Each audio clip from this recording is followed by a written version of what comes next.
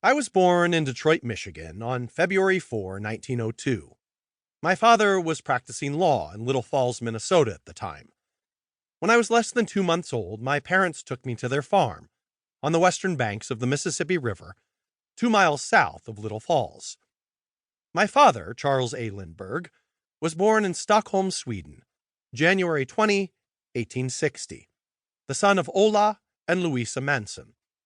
His father, who changed his name to Lindbergh after reaching America, was a member of the Swedish Parliament and had at one time been secretary to the king.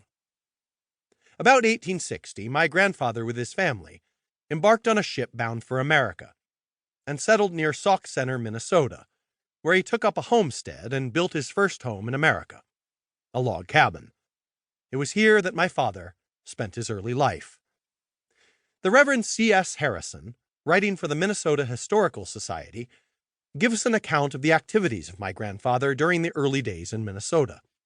There were very few schools in Minnesota at that time, and my father's boyhood days were spent mostly in hunting and fishing.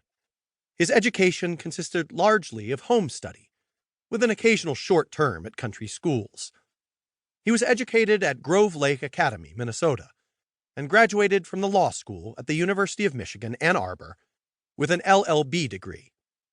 He began his law practice in Little Falls, where he served as county attorney.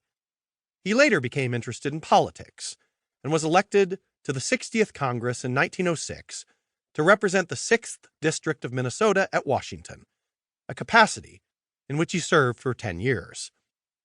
My mother was born in Detroit, Michigan, daughter of Charles and Evangeline Land. She is of English, Irish, and French extraction. As a graduate of the University of Michigan, she holds a B.S. degree from that institution, also an A.M. degree from Columbia University, New York City. Her father, Dr. Charles H. Land, a Detroit dentist, was born in Simcoe, Norfolk County, Canada, and his father, Colonel John Scott Land, came from England and was one of the founders of the present city of Hamilton.